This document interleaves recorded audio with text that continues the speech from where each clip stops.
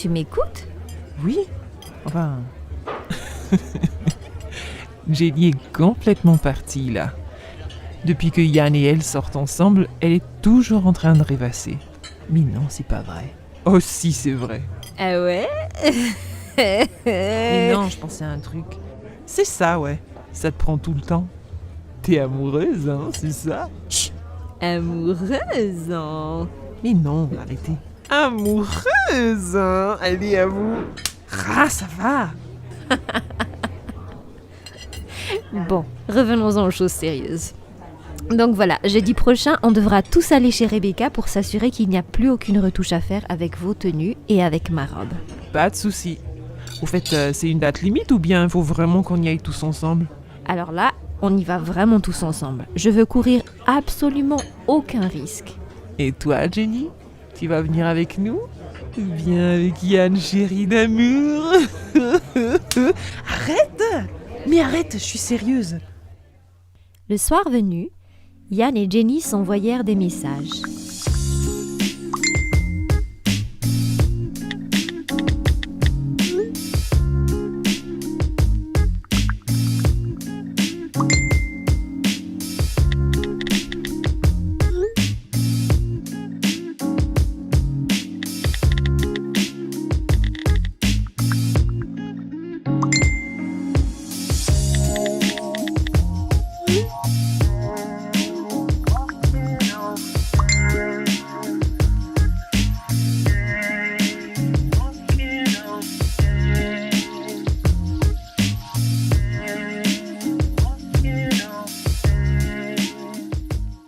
Le lendemain matin, Jenny alla chez Yann.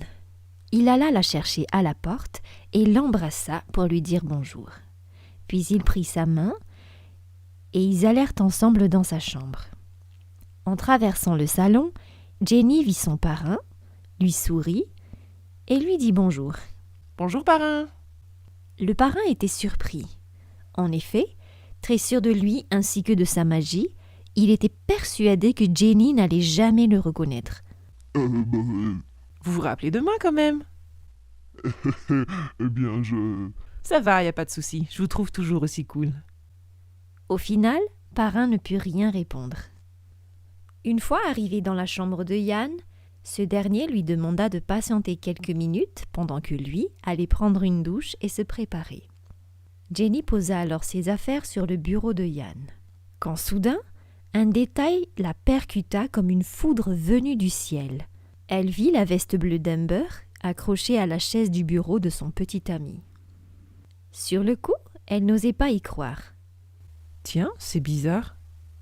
Amber a exactement la même veste, dit-elle. Ah oui, elle est passée ici hier soir. Elle l'a oublié.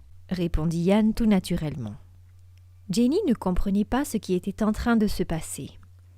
Pourquoi Amber serait-elle passée voir Yann, et le soir qui plus est, et comment Amber et lui se connaissaient-ils? Elle ne les avait encore jamais vus ensemble, et il ne lui avait jamais parlé d'elle.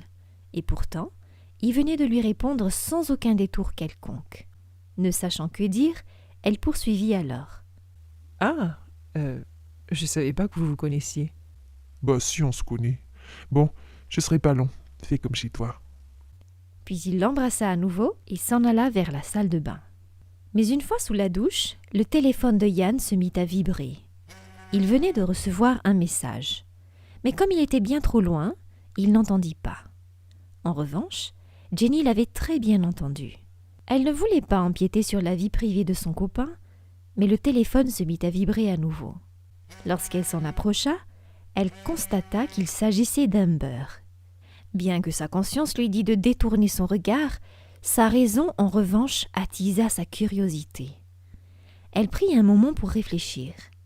Elle savait que si elle déverrouillait le téléphone, elle aurait franchi une certaine limite. Or, elle ne voulait pas franchir cette limite. Elle se dit alors qu'elle s'avançait vers une pente glissante si elle venait à lire ce message, quel qu'en soit le contenu. Jenny lut le début à l'écran, hésita, puis finalement ne put résister à glisser son doigt pour déverrouiller le téléphone. C'était super hier. Je t'attendrai à l'hôtel Sierra finalement demain. Jenny sentit un pic dans le cœur. Instinctivement, Elle mit sa main sur sa poitrine pour essayer de calmer les battements de son cœur. Elle aurait bien aimé que ce ne soit pas ce qu'elle croyait. Mais ce message avait l'air si clair. Amber était venue la veille, avait laissé sa veste, et maintenant, elle poursuivait avec des messages. Quant à Yann, il ne pouvait rien cacher. Mais s'il y avait vraiment quelque chose, n'aurait-il pas été plus prudent ? N'aurait-il pas mis un code à son téléphone ? Ou alors ne l'aurait-il pas fait pour ne pas avoir l'air suspect ? Pourquoi Yann aurait-il fait ça ? Et pourquoi ne s'est-il pas étalé sur comment Amber et lui se connaissaient ? Tant de questions sans réponse. Et la situation était extrêmement inconfortable. Dans cette tempête émotionnelle, Jenny pensa qu'il valait mieux partir. Et d'ailleurs, sur le coup, elle ne pouvait plus y voir clair. Elle sentait une peine incontrôlable grandir en elle. Elle reprit alors son sac et son écharpe, puis quitta la pièce sans rien dire. En traversant le salon, Parrain la revit, mais ne comprit pas ce qui se passait. Il lui demanda alors. « Tu t'en vas déjà ? Oui, Répondit-elle sèchement. Est-ce que tout va bien ? Parrain était toujours aussi gentil, mais Jenny avait les larmes qui commençaient à couler le long de ses magnifiques joues. Et s'il y avait une chose qu'elle ne voulait surtout pas, c'était bien que quelqu'un la voie pleurer et perdre ses moyens. Ainsi, sans plus rien dire, elle s'en alla au plus vite. Cela laissa le parrain perplexe. Lorsque Yann sortit finalement de sa douche et qu'il constata que Jenny avait disparu, il se précipita de la chercher partout. Puis il alla voir à l'étage en dessous, où il vit Parrain, qui, apparemment, l'attendait. « T'aurais pas vu Jenny ? » ?»« Mon cher petit-fils, que lui as-tu donc fait pour que cette jeune fille parte en courant ? » ?»« elle est partie ? » ?»« Elle est partie. » »« Mais je ne comprends pas. » Dans sa confusion, Yann retourna dans sa chambre et prit son téléphone pour appeler sa copine, quand il vit enfin les messages qu'Amber venait de lui envoyer. Il comprit tout de suite que Jenny les avait vus elle aussi. Oh non. C'est pas vrai. Vite, il appela Jenny, mais ça sonnait libre. Il rappela encore, mais toujours rien. Il se précipita alors de s'habiller, prit son casque et les clés de sa moto pour aller rattraper sa belle. Mais comme il fallait encore chauffer sa moto, il l'alluma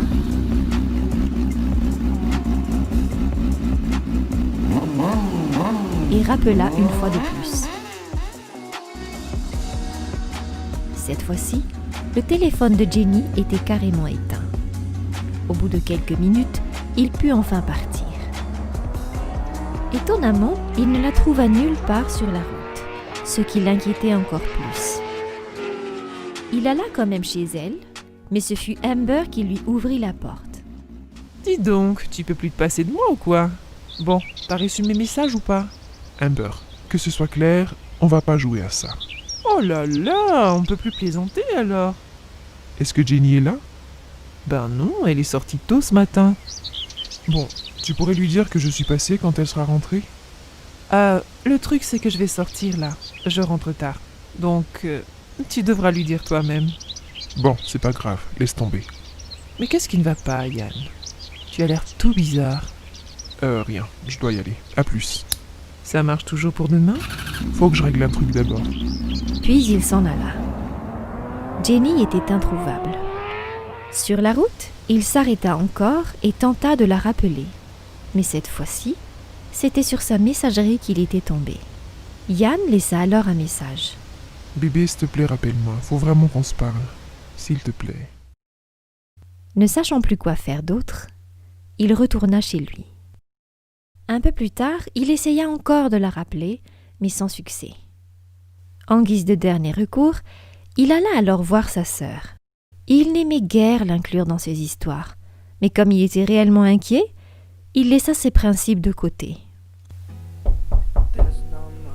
Salut. Salut. Tu pourrais appeler Jenny pour moi ? Ouais. Pourquoi ? T'as plus de crédit ? C'est un peu plus compliqué que ça. Mayfeng regarda son frère avec étonnement. Pourquoi tu veux que je l'appelle au juste ? J'aimerais régler un malentendu. Un malentendu ? Oui, bon, tu peux l'appeler ou pas? Ok, d'accord. Tu veux que je lui dise quoi? Bon, déjà demande-lui si elle va bien. Ok. Mais qu'est-ce que tu lui as fait? Demande juste s'il te plaît. May appela Jenny. Ça sonne juste libre, hein. Rappelle, s'il te plaît. Mei Fang s'exécuta, puis finalement, au grand soulagement de Yan, Jenny décrocha. Allô? Oui, Gigi, c'est moi, ça va? Oui. Demande-lui où elle est. Mais pourquoi tu lui demandes pas? Elle veut pas me parler, demande-lui juste. May regarda son frère sévèrement. Et c'est moi que tu envoies lui parler? Si elle veut pas te parler, c'est qu'elle veut pas te parler. Ne me mets pas entre vous deux. S'il te plaît. Bon, mon frère veut savoir où tu es. T'es malade? Pourquoi tu lui as dit ça? Ne me pousse pas à manipuler mon ami pour toi. Écoute, dis juste à ton frère que j'ai rien à lui dire. Faut que j'y aille. Mais t'en fais pas, je serai à la séance d'essayage. Aussitôt après avoir dit ces mots, Jenny mit fin à l'appel. Alors? Bon, elle veut pas te parler, mais elle va bien. Mais qu'est-ce que tu lui as fait, bon sang? C'est un gros malentendu. Dis toujours. Yan commença à expliquer. Ok, tu as sûrement vu qu'Amber est venue ici hier soir. Je l'avais pas invitée et d'ailleurs ça m'étonne qu'elle soit venue sans prévenir. Et pendant que Yan continuait à s'expliquer, Mei Fang le regardait et l'écoutait attentivement. Quand il eut fini avec son récit, elle lui dit alors « Ah là là, mon cher frangin, des fois tu fais vraiment des choses incompréhensibles. Bon, si tu veux mon avis, il vaudrait mieux que tu laisses tomber pour ce rendez-vous de demain. Et franchement, tu devrais plus fricoter avec Amber. Mais c'est elle qui est venue ici, je savais même pas qu'elle allait venir. Oui, bah méfie-toi quand même. Parce que quand les ex voient que leur ex est véritablement passé à autre chose, elles cherchent la Si tu veux vraiment tout arranger, tu ferais mieux de tout expliquer à Jenny. Mais tu as bien vu, elle ne veut rien entendre. Lors de la séance d'essayage, tu lui dis tout. Exactement comme tu l'as dit. Si elle t'aime vraiment, elle devrait comprendre. Mais ne le refais plus. Et s'il te plaît, ne me mets plus jamais entre vous deux. Vos affaires vous regardent. Je pensais pas à mal. Mais oui, les hommes ne pensent jamais à mal. Sérieux, lâche l'affaire avec Amber. Lâche tout simplement. Ce genre de fille est extrêmement dangereux si tu veux garder ton couple. Yan ne dit plus rien. Il regardait juste sa sœur. Et comme de toute évidence, Jenny refusait de le voir, il décida de lui laisser de l'espace et pour une fois, de suivre les conseils avisés de Mei Fang. 2 jours plus tard, c'était jeudi. Et comme prévu, tout le monde devait arriver à 18h chez Rebecca pour l'essayage final. Mais en arrivant sur place, Yan constata que Jenny était arrivée un peu en avance et qu'elle était sur le point d'essayer sa robe. Assez rapidement, il s'approcha d'elle. On peut parler? J'ai rien à te dire. Amuse-toi bien avec Amber. Puis elle s'en alla essayer sa robe. Mei Fang n'avait rien raté de toute la scène. En les regardant, elle vit combien Yan devenait maladroit lorsqu'il tenait réellement à quelqu'un. En effet, il avait l'habitude que les filles lui courent après. Mais quand il était avec Jenny, elle semblait si détachée, et ce jour-là, particulièrement indifférente, voire même froide. Mais comme Mei Fang était une femme, elle savait que si rien ne se passait ce jour-là, non seulement Yan allait perdre inutilement du temps, mais en plus, son mariage allait en être affecté. Elle décida alors de donner un petit coup de main à son frère. Alors que Jenny s'en allait vers sa cabine d'essayage, Mei s'approcha alors de Yan, apparemment désemparée. « Sois pas si dépitée, je vais voir ce que je peux faire. » Puis, elle demanda à la styliste de lui donner la tenue de son frère. Une fois revenue, Rebecca lui donna tout. Mei Fang se tourna alors vers son frère, lui passa sa tenue et lui dit « Va essayer ta tenue. Et prends ton temps. » Mais juste avant qu'il ne s'en aille, elle retira le nœud papillon qui allait avec la chemise. « Tu fais quoi là? »« Je te file un coup de main, gros bêta. Vas-y maintenant. » Quelques minutes plus tard, Rebecca revint pour s'occuper de Mei Fang et de sa robe. Mei alla l'essayer et ressortit de sa cabine pour aller voir le grand miroir qui se tenait au centre de la pièce. Elle l'adorait. Elle était tout simplement magnifique. Peu de temps après, Jenny revint et rendit sa robe à la styliste en lui disant qu'il n'y avait plus aucune retouche à faire car elle était parfaite. Elle alla ensuite rejoindre May et regarda son amie dans cette fabuleuse robe blanche qui lui allait si bien. « Waouh! May Fang, ta robe est splendide. » « Merci. Julian va tomber par terre avec ça. » »« Je l'espère bien. » Bon, si tu n'as plus besoin de moi, je vais y aller. Mathias et Léna ont fini et je rentre avec eux. » May Fang s'assit, puis dit à Jenny « Tu peux t'asseoir un moment ? J'ai un truc important à te dire. » Jenny la regarda et hésita un instant. D'une part, Léna allait encore râler si à cause d'elle, Matt était en retard pour ramener la voiture. Mais d'autre part, il avait cette future mariée, très sûre d'elle, qui apparemment n'allait pas lâcher l'affaire. La voyant hésiter, May tapota sur le siège de la chaise pour l'inviter à s'asseoir. Et ajouta « T'en fais pas pour Léna, elle comprendra. » Jenny ne pouvait plus refuser.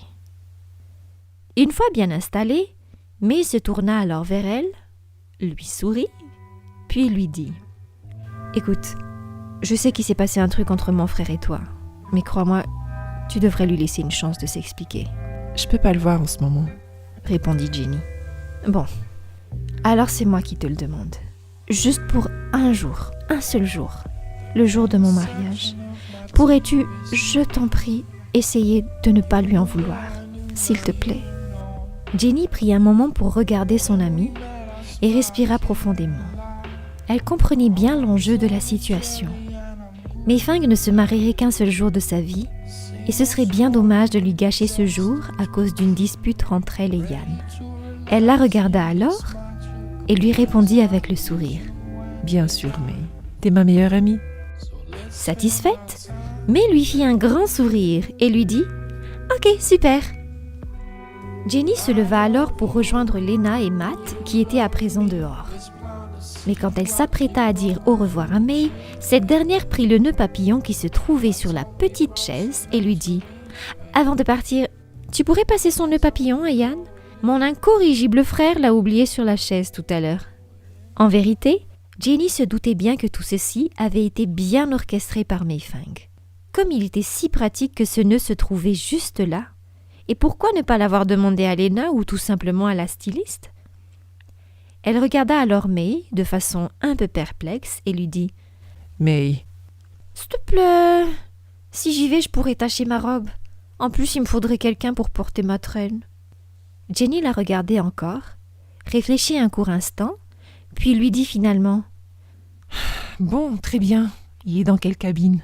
En pointant dans une direction, May lui répondit « La deuxième là-bas, je crois. » Jenny prit le nœud et se dirigea presque énervée vers la cabine. « Pourquoi May a-t-elle toujours des arguments en béton comme ça ?» se disait-elle. Une fois arrivée sur place, elle vit Yann dans sa cabine, en train de fermer les boutons de sa chemise. Très froidement, elle lui tendit son nœud et lui dit « Tiens, May a dit que tu l'as oublié. » Yann ne le prit pas tout de suite. Il la regarda d'abord, puis lui sourit tendrement. Jenny ne pouvait pas résister longtemps à ce sourire si charmant, mais elle éprouvait encore beaucoup de ressentiment et beaucoup d'autres émotions maintenant bouleversées par ce sourire et cette attitude si calme et si paisible de Yann. Tentant de lui faire prendre le nœud, elle reprit « Prends-le, faut que j'y aille. »« J'aimerais que tu écoutes ce que j'ai à te dire. » »« Mais t'as pas à t'expliquer, tu fais ce que tu veux de ta vie. » Yann pencha la tête, lui sourit encore et poursuivit. « Pour commencer, je t'ai pas trompé, si c'est ce que tu crois. » Une fois encore, Yann avait l'art et la manière de déstabiliser Jenny, même quand elle pensait détenir une certitude. Ce n'était pas tant ce qu'il disait, mais la manière avec laquelle il le disait. Étonnamment, il commençait à attiser sa curiosité. Elle voulait maintenant en savoir plus, et comme lui voyait qu'il avait enfin réussi à capter son intérêt, poursuivit. « Ok, Amber et moi on est déjà sortis ensemble avant. » Oh, génial! Et ce n'est que maintenant que tu me le dis. Non, écoute-moi. Je t'ai rien dit parce que je trouvais que c'était pas important. Mais c'est vrai, j'aurais dû te le dire plus tôt. À présent, Jenny trouvait ça beaucoup moins intéressant. Mais elle ne dit plus rien. Yann continua. La veille où tu es venu chez moi, elle est venue, sans prévenir, à la fin de la journée. Comme elle est mannequin, elle voudrait lancer son site web. Jenny regarda Yann un moment, puis ne put plus se retenir. Mais qu'est-ce que j'en ai à faire? Laisse-moi terminer. Comme je travaille dans l'informatique, elle voulait l'avis d'un professionnel. Elle a pensé à moi et est venue me demander de lui filer un coup de main. Le lendemain, on était censé finaliser le lancement de son site web après son shooting à l'hôtel Serra. Et c'est le message que tu as vu sur mon téléphone, qu'apparemment tu as fouillé. Fouillé? Je te signale que ton téléphone n'arrêtait pas de vibrer. On aurait presque dit une urgence. Mais tout est bien qui finit bien, n'est-ce pas? C'est ton ex. Vous avez toujours un bon contact, vous vous entraidez, vous continuez à vous voir, même à des heures peu convenables. Elle se pointe chez toi quand elle le veut, et toi tu lui tends la main. Jenny. Bébé. J'avais pas de mauvaises intentions, je te promets. Oh, c'est pas vrai. Tu vas vraiment te servir de cette phrase? Oh, tu sais quoi? J'en ai assez entendu. Aussitôt après avoir dit ces mots, Jenny s'en alla et lui en voulait encore plus qu'avant. Mais en partant, Yann ne manqua pas d'attraper son poignet. Fougueusement, Jenny tenta de se retirer et lui dit « Lâche-moi. Va continuer d'aider ton ex comme tu l'as aidé jeudi dernier. » Life is harder than I like to think, but it's easy when you're by my side. No point in calling, you just have to see the fundamentals of our life tonight. 'Cause I've been looking at a photograph of you, and I've been thinking about all the ways you move. This isolation got me feeling like a moon, my love. Yeah, when I wake up, I feel empty, not beside you. My whole life been searching just to find you. This quarantine, it hasn't got the right to keep us apart.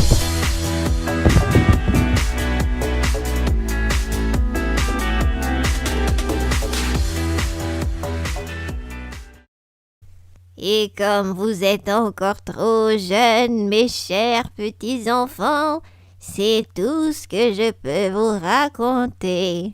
Mais grand-mère, avec qui est-ce que tu es rentrée alors?